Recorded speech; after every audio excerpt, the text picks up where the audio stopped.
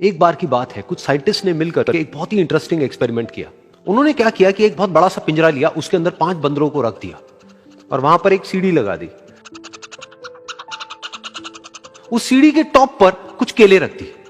फिर उन साइंटिस्ट ने क्या किया कि जैसे ही कोई भी बंदर उस सीढ़ी पर चढ़ता केलों तक पहुंचने के लिए, तो ऊपर से ठंडे पानी की बारिश करने लग जाती।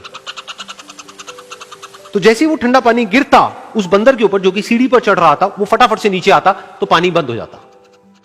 फिर दोबारा से कोई और बंदर उस सीढ़ी पर चढ़ता उन केलों तक पहुंचने के लिए, दोबारा से यही होता। दोबारा से ऊपर से ठंडे पानी की बारिश होती, वो बंदर जैसे ही नीचे आता दोबारा से बारिश बंद हो जाती।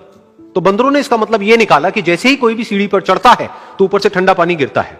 फिर उसके बाद में जैसे ही कोई भी बंदर उस सीढ़ी पर चढ़ने की कोशिश भी करता तो बाकी के बंदर सब इकट्ठे होकर के उसको पकड़ते, उसको मारते, उसको पीटते और उसको नीचे गिरा देते। फिर दोबारा कोई कोशिश करता, दोबारा उसके साथ भी ऐसा ही होता। फिर उन साइंटिस्ट ने क्या किया कि उन 5 बंदरों में से एक बंदर को उस पिंजरे में से निकाला और उसकी जगह एक नए बंदर को उस पिंजरे के अंदर डाल दिया। अब उस बंदर को नहीं पता था कि यहां पर क्या खेल चल रहा है। उसको जैसे ही सीढ़ी के ऊपर वो केले नजर आए, वो फटाफट से उस सीढ़ी के ऊपर चढ़ने लगा। अब की बार साइंटिस्ट ने कोई बारिश नहीं करी, लेकिन फिर भी जो बाकी के बंदर थे उन्होंने इसको पकड़ा, सीढ़ी से नीचे उतारा और मारने पीटने लग गए। इस बंदर को समझ नहीं आया कि मेरे को क्यों मारा जा रहा है, तो उसने दोबारा कोशिश करी। जैसे उसने दोबारा कोशिश करी, दोबारा से उन 4 बंदरों ने वही किया।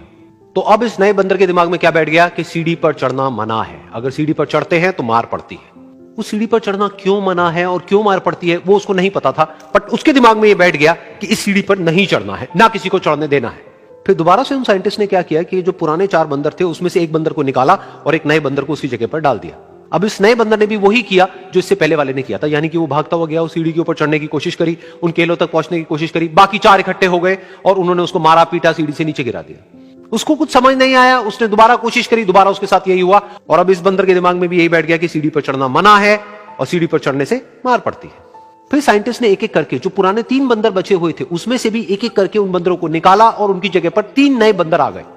अब ये 5 बंदर नए थे और किसी को भी ये नहीं पता था कि उस सीढ़ी पर चढ़ना मना क्यों है, लेकिन उन सबके दिमाग में बैठा हुआ था कि सीढ़ी पर चढ़ने से मार पड़ती है। तो कोई भी कोशिश नहीं कर रहा था, जबकि अब कोई ठंडे पानी की बारिश भी नहीं हो रही थी।